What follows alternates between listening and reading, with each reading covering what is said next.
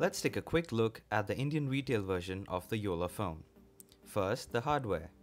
The right side of the phone features the power button and the volume rocker. The back side of the phone houses the 8 megapixel camera with autofocus and LED flash. The camera also does 1080p video recording. As you can see, the phone is made out of two distinct layers of plastic, which makes it quite unique in the market. On the top side, there's a secondary microphone, the micro USB, and the 3.5mm audio jack with the Jolla logo, of course. At the bottom of the phone, there are dual stereo speaker grills.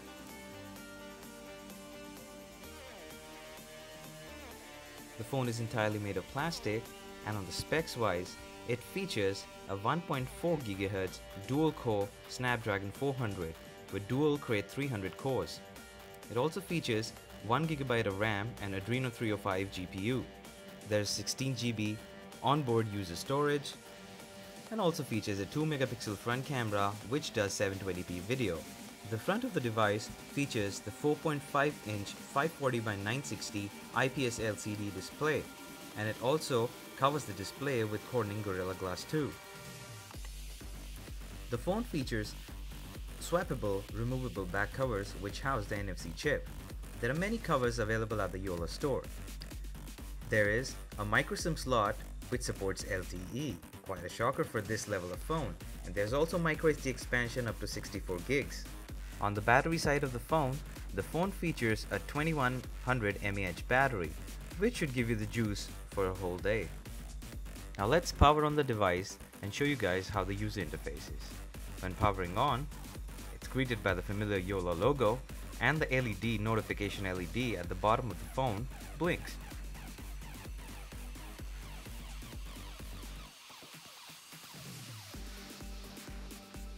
The user interface of the phone is quite simple, with gestures included. Swiping up leads you to the app drawer. Swiping down brings you to the home screen / the task switcher. The settings are pretty familiar and looks like default Android settings. Currently we are running the Sailfish OS 1.0.8.19. Scrolling in the UI is quite fluid, and the UI pretty much looks like the Microsoft Zune's UI, if you guys remember how it used to look like. The visual appearance is pretty much similar to Zune. So it's basically based on the whole gesture UI of things. Swiping from the right takes you to the home screen. Swiping from the top takes you to the options in that particular screen. Swiping from the bottom edge takes you to the peek. The peek is very similar to the notification drawer of our Android devices. You can peek from any screen in the device. For those who are new to the UI, the gesture UI will take some time getting used to, though it is not really that tough, and those who are very familiar with the BlackBerry OS X would feel at home. The camera settings are quite basic, where you can set the ISO, grids, delays, switch between the main camera and the front camera, the video mode, flash, automatic lighting conditions, and you can also choose if you want to use the tap to focus or the autofocus. No wonder the camera interface looks quite neat and quite brilliant. There's also a new option to choose where you want to keep the shutter key.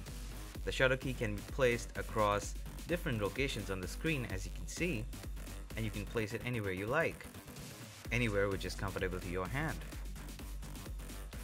I would not say it's the fastest camera around, but it does take pretty decent shots. As compared to other Android phones and even iPhones, it takes brilliant shots. The low light performance is also good. In short, you will not be disappointed by the camera that much.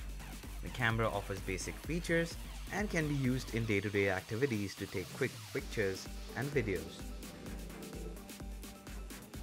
But deleting a picture takes quite a lot of time with that fancy animation.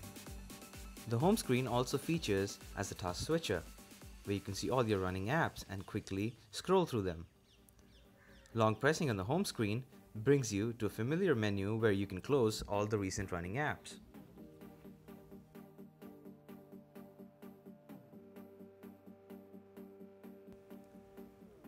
The browser on this thing takes quite a time to load up. We have speeded up the process for you, but the interface is quite useful and quite nice. Even on a high-speed internet connection, it took a reasonable amount of time to load even the Jolla page.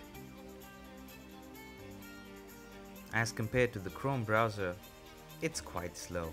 Though you can run Chrome on this after installing Google Play services, which should not be a problem for most users. Scrolling in the browser was bit laggy, yes. I have to admit that it was bit laggy. It was not that fluid as you would find it in iOS and Android. But on a whole note, multitasking was reasonably faster. You can go to the gallery and set different ambiances in the phone, which is another term for themes as we may speak. The NFC cover comes with a certain theme pre-installed. What you can do is you can change the wallpaper, which will reset the colors according to the theme. There you go, we have changed an ambience, which looks pretty much like the old one. All we see the change here is in the wallpaper.